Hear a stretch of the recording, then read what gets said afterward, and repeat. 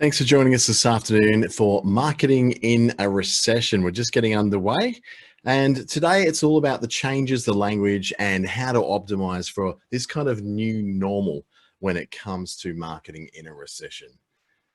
This is all thanks to Business Station and the Australian Small Business Advisory Services Digital Solutions Program. That's an initiative by the Australian Government in association with Regional Development Australia in Brisbane and Treaty Business Consulting. This recording will be available early next week on Business Station's YouTube channel. A little quote I'd like to start with for Bruce Barton, who's often referred to as the greatest copywriter of all time, is that in good times, people like to advertise. But in bad times, they have to advertise. And that's perhaps quite telling for right now in this kind of world we're in, that, yeah, we're looking at a time when you simply just cannot avoid advertising. You absolutely have to advertise. What we're going to cover today is the environment we're currently in and whether you should be trying to advertise or whether you should be reducing your advertising. We're also going to look at a list of some of the common themes that it would be a really good idea to avoid right now. We're going to look at how to be relevant to the times without resorting to what we call jingoism. There's a few worst offender cliches you see and hear in ads quite often that I'd like us to try and sort of put to bed really early. I don't think these things have any place in modern advertising. And we may see how to apply these principles to your social media, your emails, newsletter, and advertising, just with some open-ended examples there. My name is Dante St. James. I'm a certified practicing marketer with the Australian Marketing Institute, a Facebook Blueprint digital marketing associate, and a Facebook Blueprint marketing science professional. I do work with Facebook Australia as a community trainer on the Facebook and Instagram platforms. And my tertiary qualifications come from the University of New South Wales Business School, where I'm a Bachelor and Master of Business Information Systems, and also with the Chartered Institute of Marketing. I've done about 6 of their particular courses over the last 10 years.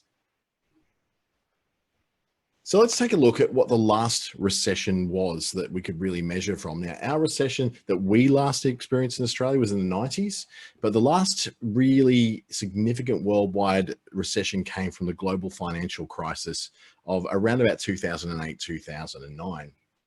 In that last recession, worldwide advertising was down in spend by 13%. That's a rather big drop for any industry to experience, but it was even worse that the newspapers were down by 27%. Radio was down in this last recession back in 2009 and 2008 by 22%. Television went down by just 5%, which wasn't too bad, I guess, for an industry, but online only reduced by 2%. So this, bearing in mind, this is the last recession back in 2008. What's happened since then is a rather big change in the market. We've seen local newspapers closing all over the place in America, in Australia, the rise of things like Netflix, Stan, and other streaming platforms. The Facebook ads platform has become incredibly popular and incredibly powerful. And you've seen the continued rise of YouTube as well. We've also seen the internet becoming not just common on mobiles, but it's now the dominant way in which people access online content. So the mobile is now the #1 platform on which we actually consume content on the internet. So we look forward to 2020, what's happening right now. We've seen TV network sacking. So Channel 10 just the other day sacked popular weatherman Tim Bailey. Kerry-Ann Kenley's gone. A whole lot of the news services. So Adelaide News is gone. I think Perth has still got a newsroom, but you go, Brisbane's no longer having a newsroom. It's all going to be run out of Sydney and Melbourne. So they've seen some massive drops in their revenue coming in. Southern Cross Austereo, which is the biggest radio network in the country, has had a lot of sackings. About 20% of their workforce is gone simply because the revenue isn't there. And there's been a closure of local and regional newspapers. The Alice Springs newspaper is no more. It's but a mention on another page on the Darwin news side. And if you know anything about territory politics and territory setups, that Alice Springs and Darwin are a very long way from each other. It's like comparing news out of Brisbane to people who are in cans. They're just so far from each other that it hardly feels relevant at all. We've also, though, seen Facebook posting a record growth in their users this year and profit. Google has the 5th most profitable quarter in its time. It actually had a drop in the last quarter, but it was still the 5th most profitable quarter that they've had. So you're seeing a very big changing of the guard when it comes to the market, I suppose. Is that the traditional sources of marketing seem to be dying very much away, and the new marketing, the new media, seem to be where the rising is happening. So it prompts you to think, really, should you stop advertising?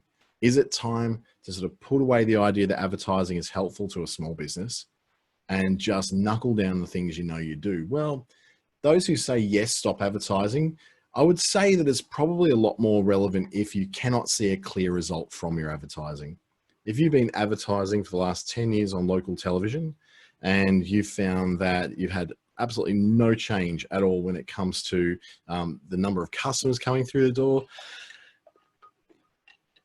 you've had absolutely no difference in the revenue that's coming in your business, there's been no growth, there's also been no contraction, then it may be time to test the idea of stopping advertising on things like TV and radio, especially if it's in a medium that's up to 3 times more expensive than whatever you're spending in your digital marketing. So if you're a Facebook advertiser, a Google advertiser, and you're spending at least 3 times more than that on your traditional advertising, newspapers, TVs, radios, you're paying too much. I would also say if you've got current things running on television, radio, and newspapers, local magazines, all that, it's time to actually do a deal. If they won't do a deal, walk away, because what's probably happening is that they're a little bit more desperate than you are. I would stop advertising if you legitimately have no money. So if you just cannot pay the bill next month for the advertising, drop it. It's actually not going to help you to get yourself into debt with advertising that you can't measure and you don't know whether it's working. And I would even say that with digital marketing too. If you have a spend that's going on the Facebook or Google and you cannot see any rise in it at all, but you just see a lot of money going out. Came back from YouTube. Sorry, my G person woke up. You can't, and another way to stop advertising is if you can't change it easily. If you have a TV ad that you can't quickly and cheaply change to another TV ad to better reflect the times that you've got right now, then it's probably time to walk away from TV. Radio is a lot easier. The cost of producing a radio ad is so much smaller than producing a television ad. Television ads have a lot of complications around them. Radio is a lot more simple. Not quite as simple as making a Facebook ad or a Google ad, but it's still a lot more simple than making TV ads, which are, they can cost thousands of dollars, like really can get very expensive. Those who say to keep advertising though, say that do it if you can see a clear result. If you're able to see that you're getting value out of your advertising, if you can measure that your television ad is literally bringing people into your business, then keep doing it, especially if it's bringing in more than it costs. So if you're spending $2,000, $3,000, $4,000, $5,000 a month on TV or radio advertising, then you want to make sure that you are getting more of that value in than you have going out. And I'd like to think that to make it worthwhile, it at least has to pay for itself, but that kind of just spinning your wheels. We often say that marketing, to really get a return on investment, should be at least 4 times because of the amount of time and the effort you have to put in. Yes, the expense as well,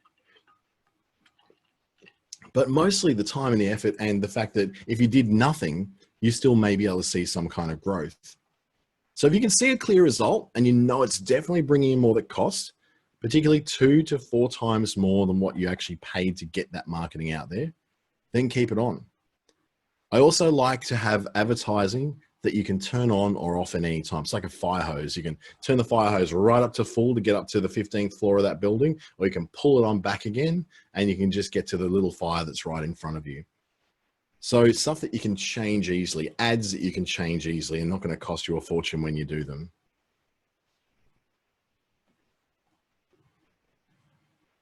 You can also keep going for a number of other reasons. Some of the keep going reasons can be that there's less noise in your segment in bad times. There's less people advertising what you're advertising in the bad times. which means that not only is it a little bit cheaper because the cost of advertising does drop in bad times, and this includes Facebook and Google as well. When there's less competition going for what you're going for, then the chances are that the cost per click or the cost per thousand or the cost per conversion is going to be less than what it would cost at really heavy times when lots and lots of people are all advertising for the same. I've got a really sore throat today. I'm going to be drinking really heavily. The cost of advertising should drop quite significantly. But what it also means is that the share of voice that your competitors have, if they're bringing back their spend and not really spending much at all, it's going to be far less than what you have if you keep going. So when they exit the market, then you are getting the share of attention that they're not getting, especially if you're in the same exact realm. If you're both plant nurseries, if you're both coaches, if you're both personal trainers, if you're both a retail store that deals with selling scented candles and homewares, then you're going to be in that position where you're going to get the share of voice and the share of attention that they would normally be getting. So examples of some businesses in past recessions and even the Great Depression of 1929 would be a business called Post and another business called Kellogg's. Now, you probably only recognize one of those. If you're an American, you probably recognize the first one as well. Back in 1929, the dominant maker of breakfast cereals was a company called Post. They halved the advertising during the 1929 depression on the advice of their accounts department. Meanwhile, over at Kellogg's, they saw this happening and they said, well, let's take advantage of this. They doubled their advertising on the advice of their marketing department, who saw a chance for them to move forward. What ended up happening was that Kellogg's grew into the giant it is today. But even before that, its sales within 2 years had taken over its previously dominant competitor because the others weren't advertising. And by the time Post got back into advertising, it was too late. Kellogg's had run away with the market. Back in a time when newspapers and the radio were the dominant forms of communication, one pulled back and ended up losing well over 60% of its market share. The other one doubled its advertising and won that 60% over. So you still see that today. Kellogg's is a worldwide brand. Post only operates in America and has never really gained its popularity. A little bit closer to now with some brands that are a bit more appropriate for us is that in 1973 to 1975, both in Australia and America, we had what was called the energy crisis. And the energy crisis was where fuel became very expensive because there was not a lot of it coming out of the Middle East. There was a Middle East wars and crises that were stopping fuel from flowing. And you had two imported car companies that were performing well. The first one being Toyota. They had really good sales. Honda, not so great sales. But when the US departments of transportation, and in Australia as well, we had the very same thing, was when they released a set of papers that said what cars are more fuel efficient and going to be better for you to drive than the big gas guzzlers of the time. And we had big gas guzzlers back then. Toyota didn't have the efficient car, but Honda did. They had much more efficient cars than the big Australian Holdens and the big Australian Fords and the American Chevys that were going around the streets back then. But Toyota did not quite have the same fuel efficiency edge that Honda did. Toyota had a long-term strategy. They decided to keep their advertising going. But Honda, fearing that people were going to stop buying cars, dropped their advertising. What ended up happening is that Honda, even though they were, very close to the size of Toyota at that time, fell so far behind that they've never caught up. Even in 2020, they are so far behind the sales level of Toyota because Toyota was present in the market when people were looking for a more efficient alternative to what the big Australian made and the big American made vehicles were doing. So Honda could have been in that position as well, but chose to cut their advertising for fear that people will stop buying cars. People didn't necessarily stop buying cars while car sales were down. Toyota's sales went through the roof because they were educating a market about a product that they had that suited the times. Really close to home now, the last major one we had. Now, this is more of an American reference, but the same could be said for Australia as well. McDonald's had a massive dip in around this time worldwide. In Australia, whilst they were opening up lots of restaurants in the next 10 years after that, they actually were going through a bit of a crisis of growth. In 1990, the big, what they call the dot-com bubble burst. And we had also the recession we had to have, if anyone remembers the old Paul Keating times. With McDonald's, they were worried about the recession and decided to cut back their advertising budget quite drastically, and their sales accordingly dropped by 28%. But the marketing teams over at Pizza Hut and Taco Bell, and in Australia it was KFC, was one of the big movers at this time. Upon hearing about that worldwide budget drop globally, they increased their budgets, and Pizza Hut grew by 61%. Now, they may not be in a great position today due to they had another competitor that came in the 90s and absolutely ate their lunch. And Taco Bell in America increased by 40%. And this is all because they were able to do something to take advantage of others not being there. What I was saying about that share of attention, that share of voice a little earlier, this is exactly an example of that. While McDonald's starts to reduce their share of voice and their share of attention, the others come in and pick that up and keep on going. And to see Pizza Hut have a 61% increase in the fast-moving fast food space is pretty phenomenal at the time when there was a recession. A lot of people were out of work and people were looking for fast, cheap alternative for food. And they just simply started to forget about McDonald's. It seemed that McDonald's was the old hat from the 1950s and 60s. Pizza Hut and Taco Bell were the food of the 90s. And in 2009, there's some names you may recognize here. Amazon, when they got into the last major recession in the US and worldwide, it was a global financial crisis. We were very, very lucky here in Australia. They responded to the recession by introducing a bunch of new products in terms of what they call the Kindles.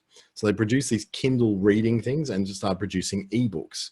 What it did, it reduced the cost of people being able to buy books. It was a very innovative new product, and they advertised heavily through Google search. Whenever people were looking for books, Amazon was advertising their Kindle being packaged up with ebooks. For the cost of maybe 2 books, you could buy a little tablet that you could read tons of books on. And there was a really great way for you to be able to put your books onto there, keep your books on there, flick through multiple books, go back to previous books. You essentially were carrying a library in a little tablet. It was revolutionary for time, well before we were in the realm of iPads.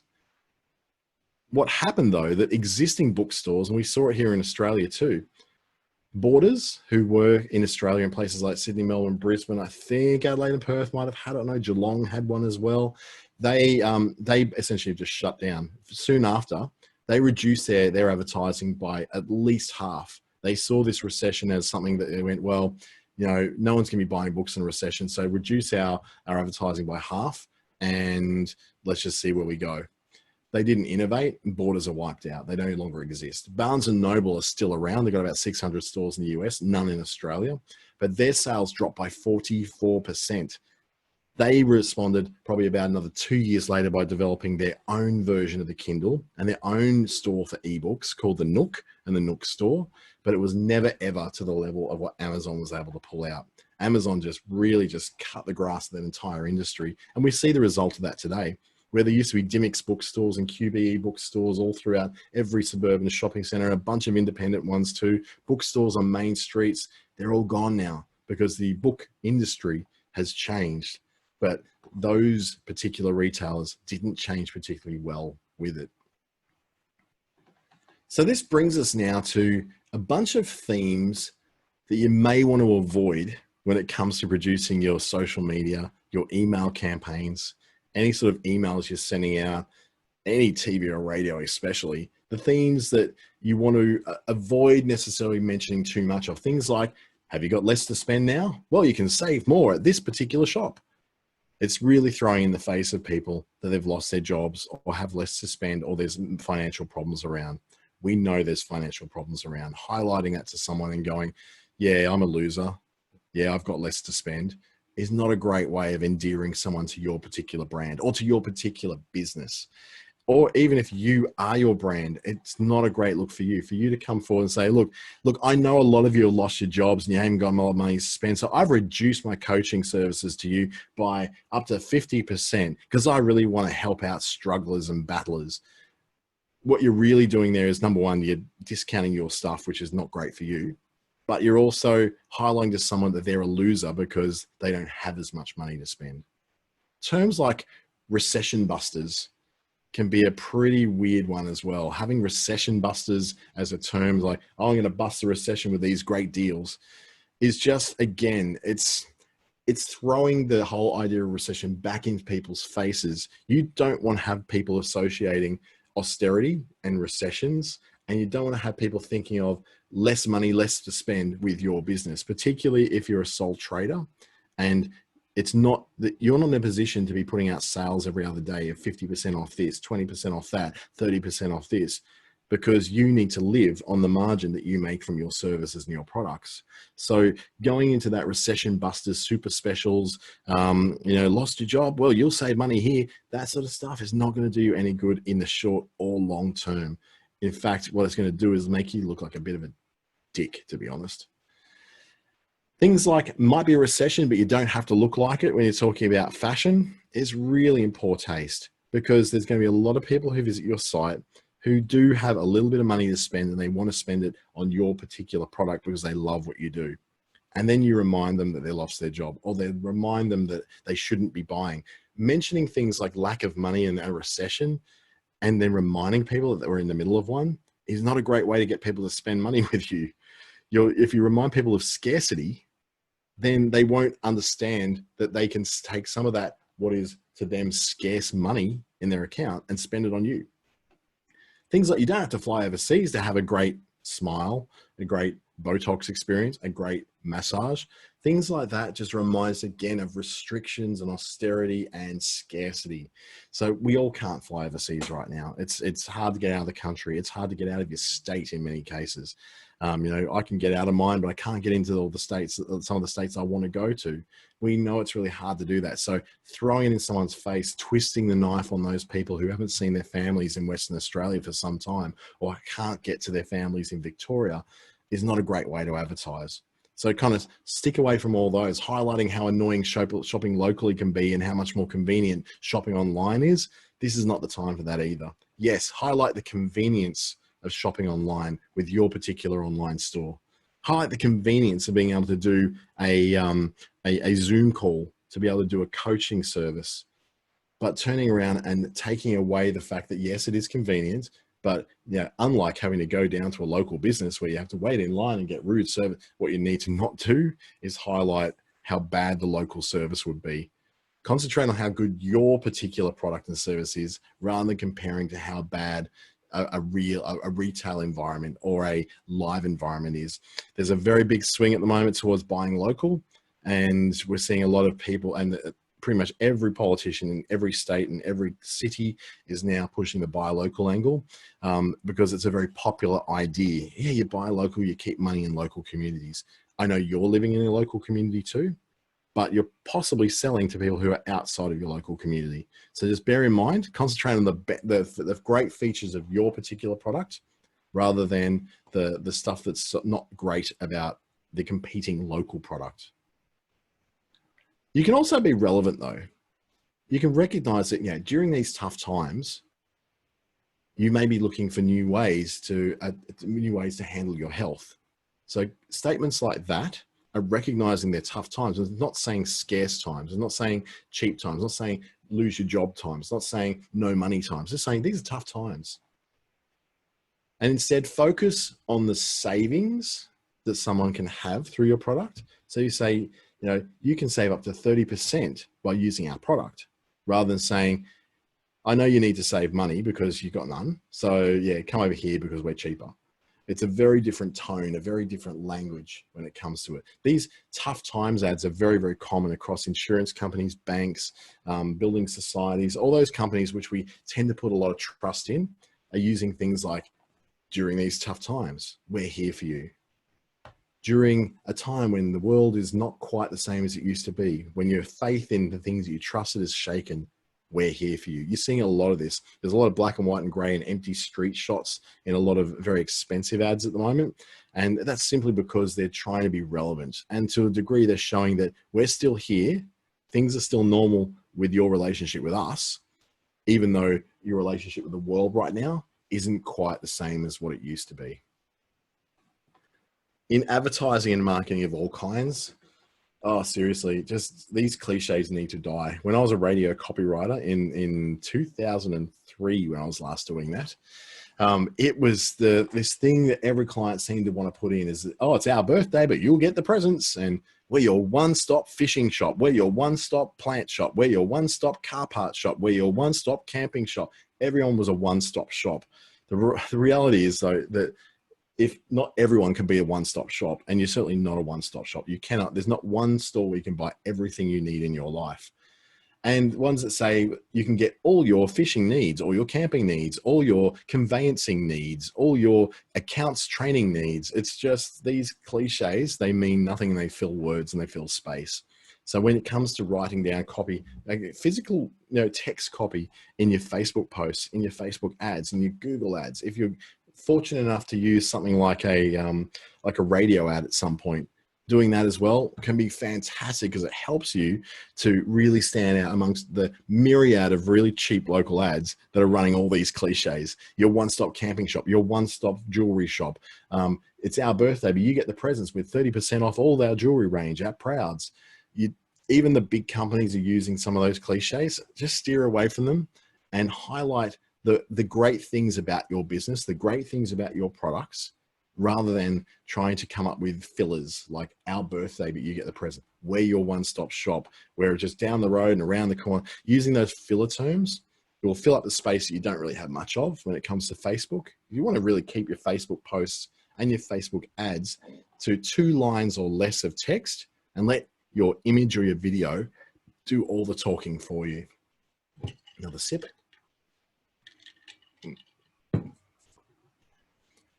So it's time to give a few examples now. I've got Darlene and I've got Sheridan on here. So what I might do is open up for you to type into the webinar chat. If you could tell me a little bit about the kind of businesses you both run, and we'll do a little bit of examples around what the businesses are you do and how we could use some of the non-cliched terms. We'll even maybe brainstorm a few ideas. So if you could just type into the chat window what your business is and what it does. So we've got Darlene who's doing certified organic beef exports. That's fantastic. So is that beef as in the meat, or is it live export? Okay, I'm just going to look that up and find out myself. Thank you for sharing the link there. I'll just pop that in my browser so I can work out what you do. I'll come up with some ideas about it. So it's boxed, so it's not processed. I mean, like, it's prepared and ready to go. That's fantastic. So that's a really good one we can start with. And Sheridan, when you get a chance, just type yours in there as well. So one of the things I can look at, I'm going to maybe share the screen so we can see your website, and we can see the things that we can sort of concentrate on when it comes to your marketing message in a recession. So seasoned by nature is a really cool, different thing to present. It's saying, it's that you're organic, you're natural. That's something which people are going to react to if they're like that. If they appeal to things like organic and natural. Now, obviously the big thing that's going to come up as a problem for you in this coming bit is, in a worldwide recession, that organic beef generally tastes more. Small batch things generally cost more than the mass produced stuff. It's also incredibly better quality, and we get that. But it's something which, in a worldwide economy, and it's in a kind of a time of collapse, that people are going to find it a little bit more difficult to justify spending that more for what they will see as, well, why would I get this when I can get this from Woolies? In your case, I think you're probably doing a lot of, bulk export from what I can just looking on here. So some of the things you've concentrated on are very brand oriented. So they're all about, where it comes from, why it's a unique place. It's free range and free roaming. It's actually owned by the farmer. It's not like a big agribusiness. This is like a very family thing. You've shared a lot of really great photos. Your marketing looks fantastic. It looks great. So some of the things you concentrate on is, even though times are hard, the one thing you can trust is where we source our beef from. So that's one of those things you can use. You can use terms such as, what makes us different is what makes us different what makes us different as we're producing our product is what makes you able to trust that you got the very best that you can get for your money. So you're not saying that there's a lack of money. You're just saying that there is, always concentrating on the features of what you've got, and then swinging around to something which is like what people get out of shopping with you. So organic would come from, it'd be certainty, it'd be trust, it would be people who are concerned about things like pesticides, hormones, that kind of thing going into meat. Those are the kind of people that don't necessarily stop buying because we're in a recession, because the people who can usually afford to have eaten those kind of things anyway tend to be the people who are not grossly affected by a worldwide recession unless they've lost their job. But still, they come with a lot of principles, and principle buyers don't shift easily from buying on principle to buying just for price. So you've got, or I wouldn't say it's recession proof, it certainly isn't, but what it is something which you can highlight about what it actually means to them. What does organic mean to a person? Does it mean healthy? Does it mean you're looking after your kids if you feed them organic food? Or if you say, when it's the feel-good factor of making sure you're eating from free-roaming cattle, not from a box setup. It'd be the same for like free-range chicken, for instance. You can say that free-range chicken and caged chicken may taste no different. It may have no measurable nutrient value, but there is a feel-good factor that comes with that. You know that every time you eat one of our eggs, every time you eat one of our chickens, that they've lived the best possible life they could have in great conditions. They were not unhappy. So you can probably say similar things about beef. We know our cattle. We know they have the best life they possibly can. So we know that all that forms part of our quality. So hopefully that makes a little bit of sense to you on how to sort of avoid the cliches of where you're one-stop natural organic beef shop, because people who are shopping for what you do, they obviously are looking for that level of quality. And you've also got a link here to people who are going to become your producers and also selling your beef as well. So these amazing stories you can tell, and you are telling some awesome stories in there.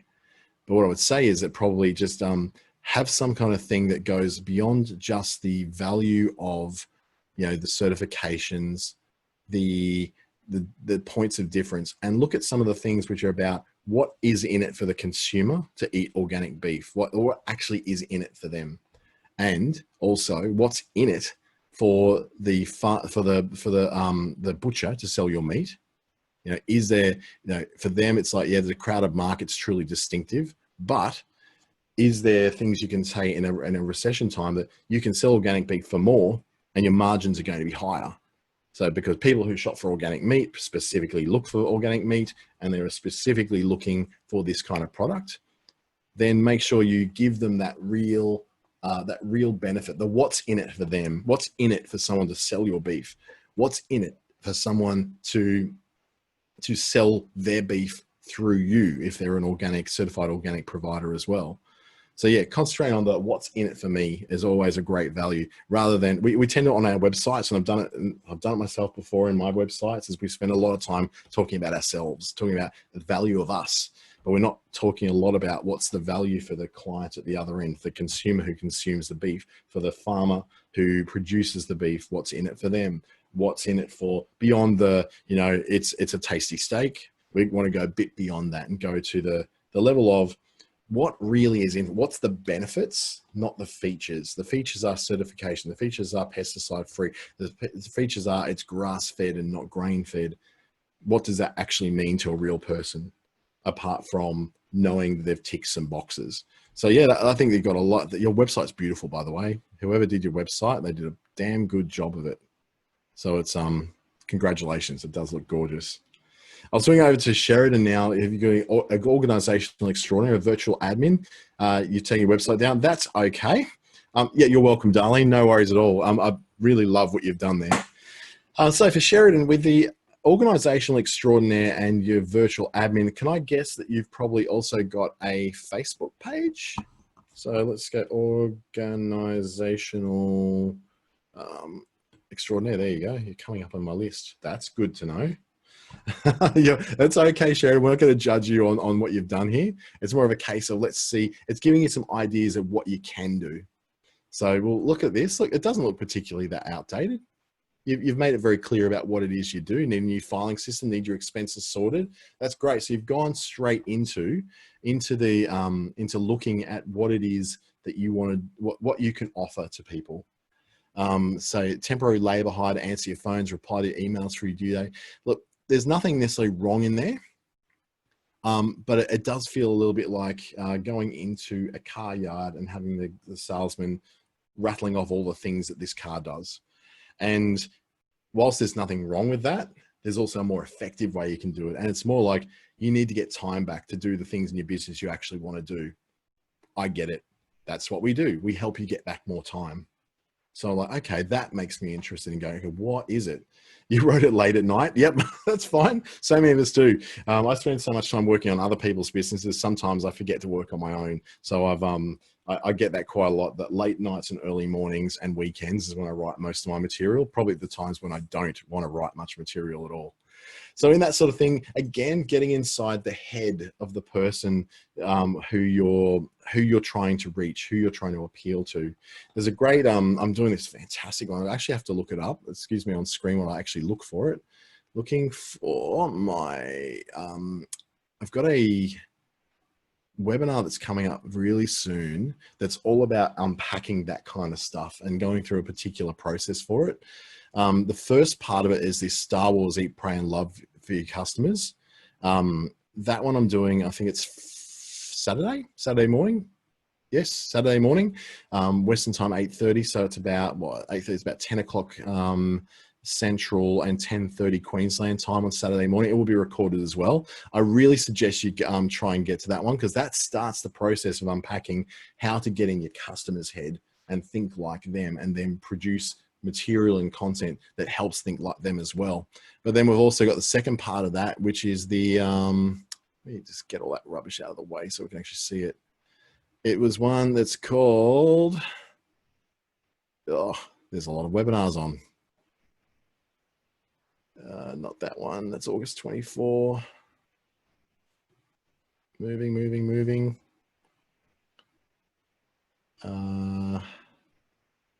Sorry about this. I thought it was a lot easier to find it. Not the E3, not the Rays. I'm doing a lot of these, aren't I? It was called Brand Script. This is the one, August 26.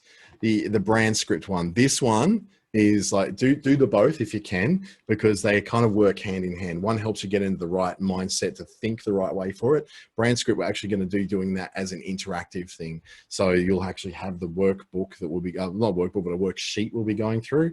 So that one's going to be an amazing way for you to be able to see how to get the most out of understanding what it is that your customers want, and the kind of stuff that you need them to be able to access. So as we're looking through all this stuff, that's really nice. You're introducing yourself there. I know you haven't done something for a while, because like you said, Sheridan, you've been working more on other people's businesses lately than working on your own. So in here, what you're going to try and introduce is a little bit of that idea from Brand Story and Brand Script, where we get behind what it is that they actually want rather than what you can do. And it helps you to zero down on things like what your core message is, what your key messages are, the things that you need to be able to do that you didn't think you could quite do. So all those different things that you're able to put into words that aren't about you, but are about them. So the example I would use in one of these is, and I'll turn off this share screen so you can see me. Hey, so would be, for instance, if I'm a digital marketing agency, which I do have one, my digital marketing agency would be reaching out to people with a message, not that's saying that it's that we do this, we sell that, we make websites, here's the price, we do social media management, we do all this stuff, we even make new apps for you. What I'd be better off saying is a very central, key, easy to remember message that we make technology easier for businesses, something like that. And that's what a business is all about. Less time spent on technology, more time actually working in and on the business. So it's really simple things. We did one the other day for what we call an executive coach, really getting close to what you do, Sheridan, actually, because they work in organizing very busy executives. And we came down to in fact, I might even bring it up for you and show you what it looks like. It was a presentation I did for her that was all around the ability to be able to get to one quick key message that's all about it. And so for marketing and recession particularly, that simple message, that simple one-liner that you can sort of throw in there and throw away again, that helps introduce you to people who didn't realize that you were doing something that they needed, particularly when it's a service, particularly when it's something that's a little bit left of center. Organic beef, for instance, Darlene, it's the same thing, that you want to be able to produce it in such a way that you get in and say, what's in it for them? I do these wonderful things. I sell these wonderful things. I do these great services, but what's actually in it for them? What's their benefit from doing this? The benefit isn't that somebody's doing their taxes. The benefit isn't that somebody's delivering their beef. It's not the benefit of somebody, you know, taking control of their calendar. The benefit is more time to do the things you want to do, more time with my family, more time actually attending to my staff who think I'm neglecting them because I'm too busy in the books. I'm too busy in organizational stuff. I'm too busy making phone calls. That was a big lesson for me. I'll have to say, as a business owner myself, the ability to step away from, I was spending too much time making social media posts because I honestly thought that I was the only person in my business who was good enough to do it. Turns out I got people working for me who do this for other businesses. They're probably really good at doing it for mine as well. So I handed it over, let them do that work, let it go and let someone else do it who's better at it. And the reason being is I needed the benefit of more time to spend on growing the business, getting in new clients, getting in new customers, introducing new products, all the things that, you know, somebody who's in the control of a business needs to do, rather than the people who are working in the business. I got to work on the business, which is ultimately where we all really want to get to. So hopefully, Sheridan, you'll get to the point one day where you'll be able to go and start outsourcing all of your extra work to other people, and then you can work as the agency who's able to then provide people who can help other businesses do their work. And likewise, Darlene, you'll get to the point too where you'll be able to, you know, maybe outsource your marketing because you're big enough to be able to do it to someone who's able to take that a lot further. But we're in a recession right now, so I'd probably say our key takeaways will be around those messages of getting behind, getting away from the list of features about how good we are at what we do and how many things we do and how many great things about this, and then going into what is the actual end benefit for the consumer who's buying that, or the retailer who's buying that from you, or the farmer who's going to provide that for you. So that's I really recommend you get in on that one, because the brand script stuff and the getting behind the Star Wars Eat, Pray, Love one is actually a lot of fun. It really makes you think differently about your business and how to present what your business does.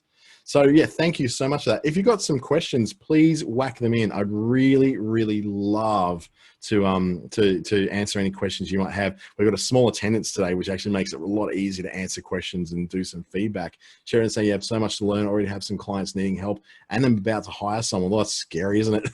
I mean, when I first hired my first staff, I was terrified. Oh my God, it was just ridiculous. It was very, very terrifying, but it was the best move I ever made. Now I've got like 12 people working for me. So different, it's kind of crazy. It's grown. It lets me do this stuff, which I really enjoy doing, as opposed to sitting there and building websites and making social media posts. Darlene is asking, what's the course other than the Eat, Pray, Love one I mentioned? It's called the brand script. So if you look at the words brand script as one word, you'll be able to find it in there. Either way, I can send you a copy of that. Just let me find the link to the right place, and I'll put the links in here because they've still got a lot of room left in them, so you're not going to run out of chances. You also can go to the Business Station website. I think they have plenty of the connections through there as well. So wherever you found where this is, you'll find them all there, but it's a brand script one. Darlene said she did one of these courses last night on LinkedIn. They said that we should use our hashtag on everything. You don't currently use it on social media, and should you? Everything on social media is about testing and trying something new. So I would say, try it. See if it makes any change. See if it makes any difference whatsoever. I think it'd also be, that hashtag is good for LinkedIn. I think if someone's looking for you in LinkedIn, but I've seen no proof yet that adding a personal hashtag or an owned hashtag, it actually brings anything else in. It just probably means that you can search for that hashtag, and someone can search for a hashtag of you and of, you know, OBE organic on LinkedIn, and they can find material about you if that's what it is. But I worry that nobody knows to use that hashtag. They wouldn't even know how to use it, that there's even a hashtag to use there. LinkedIn has great ability to use hashtags. I'm yet to see that people actually use it to search for things yet. Instagram, on the other hand, that could be really useful to you, because if you want people who are actually your retailers who are buying your beef and selling it, you really want them to be able to tag that sort of stuff on Instagram if you're using it. Facebook, we've always been told that hashtags are messy and horrible on Facebook, but the actual truth is using hashtags has been shown, in a retail sense at least, to really help improve organic reach on Facebook pages. So I would say there's probably a really good idea to be able to share things like hashtags that are about the product you have. So the hashtag rules we usually use is that we use a hashtag for where you are. So if you're in Darwin, it'll be hashtag Darwin. If it's Perth, hashtag Brisbane, hashtag SEQ, hashtag Gold Coast. And then hashtag what's in the image or video, which I think is what you just said, Darlene. Yep, currently just tell them what's in the image. So where you are and what you're serving, what's in the image, as in, so people who are looking at that image, looking for it. Yes, add in just one hashtag that's actually your brand. We do it. We put it in one, but just the one. We don't have to put in anything really major. But to be honest, nobody's searching for our brand hashtag because we're not that big a brand. In our market, we're very well known in our core markets, but not through our hashtags. We're known because we advertise on TV and radio, and we do lots of webinars and that sort of thing. So yeah, I would say that it's really just hashtags are a matter of opinion. Try them out. If you look at them and they don't make any difference to your conversions or people who are making inquiries, then there's probably no real need to go anywhere further with it. Or if you really hate the look of them and you can see no benefit, then just dump them. It's not necessarily that your hashtag is what's going to grow you, unless your other marketing forms have got that hashtag all over it as well, that people know to find it.